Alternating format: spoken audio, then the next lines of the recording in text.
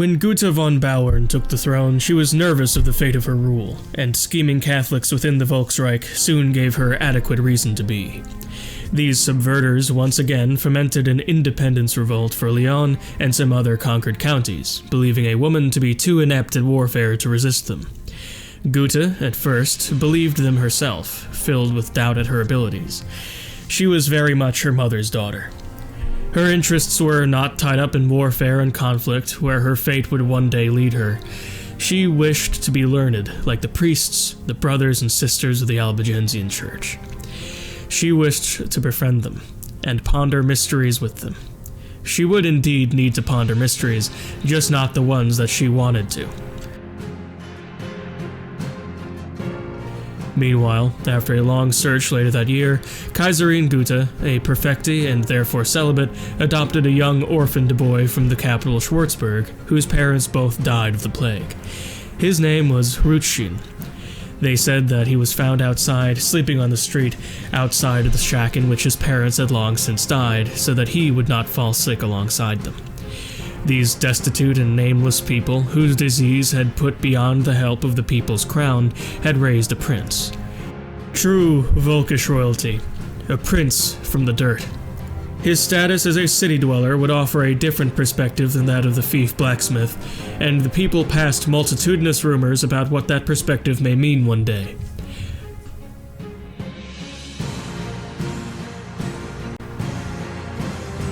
The next month, hearing of the dastardly aristocratic revolt, 3 neighboring counties declared war on the Volksreich, encountering the depleted levies in a sorry state for war. It was said that the fight against silver had finally dulled their iron. This news, and even this idiom, traveled far, and filled opportunists with confidence of the darkest sort. As such, 4 more nations of a pagan stripe piled on, with combined levies which were totally overwhelming. These armies often met each other in battle, converging upon a Volkish army 2 or 3 at a time. Occasionally, these commanders would meet each other, share food and drink, and organize a united strike, so as to make 2 or 3 10,000-man armies more like a single force of 30,000. They even planned to divide the spoils in a manner befitting their respect as proper lords. One such example of this was at the Battle of Lüneburg, where 4 fratinous armies, all perched a short distance apart from each other on the ridge overlooking the aforementioned city, and broke bread with each other, coordinating flanking positions in the daring use of their sparse cavalry.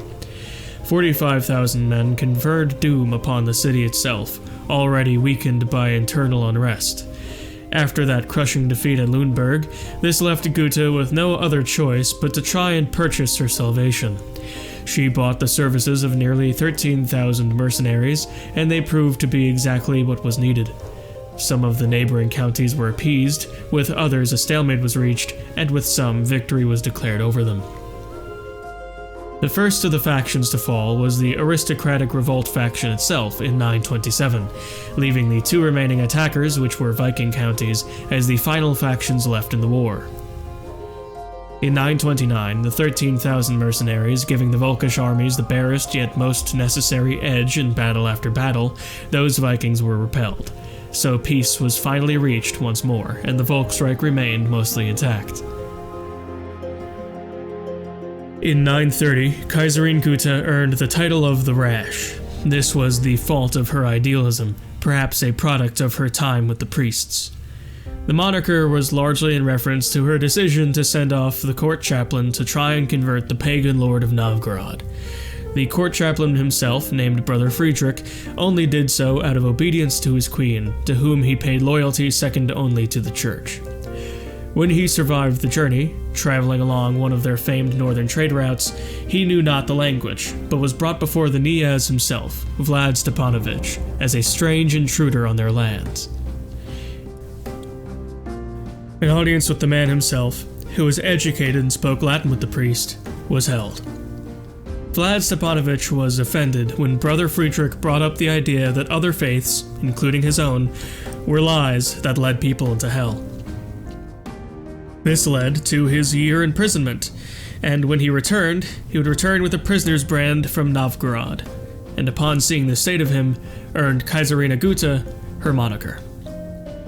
In 931, there was yet another independence revolt on the part of a group of pagans, this time from Mecklenburg.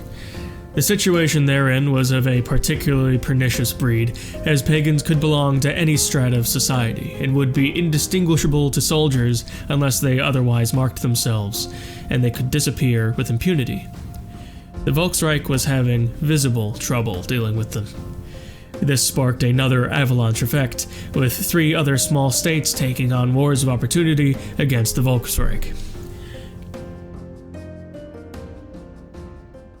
Given the unprecedented level of danger presented to her and the realm she ruled over, Kaiserina Gutta felt the draw of her fate towards battle.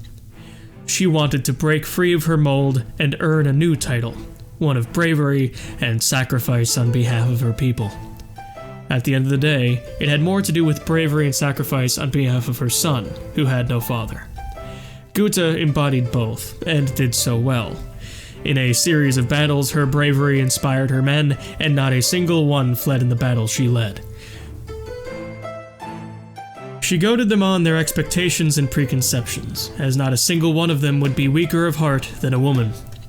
Her role was largely one of archery, though on 2 occasions she led charges. On the first one, it was planned, and having barely escaped with her life, she swore never to do another. However, on the 17th of March 932, a force she was leading fresh from battle, depleted and without arrows, was ambushed. She led the charge and was subsumed into the fray. She, a graying woman in fine archer's armor, met the pagan revolt leader, Gorfdim Archschlag, face painted with blood, filled with holy mushrooms, in battle. Their exchange was one-sided but valorous nonetheless. She did her best to maneuver when she was knocked from her horse, but she was an old woman, and he a young man. Surrounded by the dead and dying, in the sunlight choked by blood and dust, she met with her fate that called her since her coronation. That day, Kaiserine Gutta died in battle with the pagan revolt leader at the age of 56, being run through by a spear. The day was lost with her death. Her adoptive son, Kaiser Rutschen, ascended to the throne at the age of 13. The rebels continued to succeed in their endeavors, and yet more pagans piled on to take their own piece of land. Mercenaries needed to come save the day once more, which was getting to be a rather costly tradition. By the end of it in 934, they could no longer be paid, and so they went rogue, the Company of the Rose declaring war themselves upon the Volksreich. The Company of the Rose was known for their particularly brutal brand of mercenary work. Hailing from the British Isles, west of the Viking settlements, they were founded out of hate.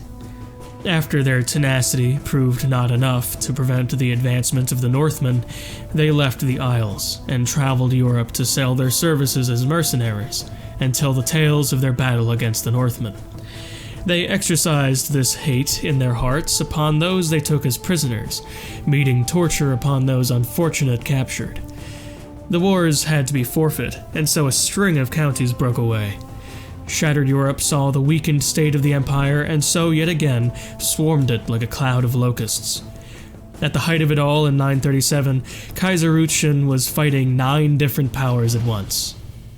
Meanwhile, in Anatolia in 939, far and away from the chaos of this terrible scene, the Basileia Romaeon, the Eastern Roman imperial remnant, also called Byzantium, was re-established under Basilius Dionysius the Restorer, beginning the Second Kingdom period there.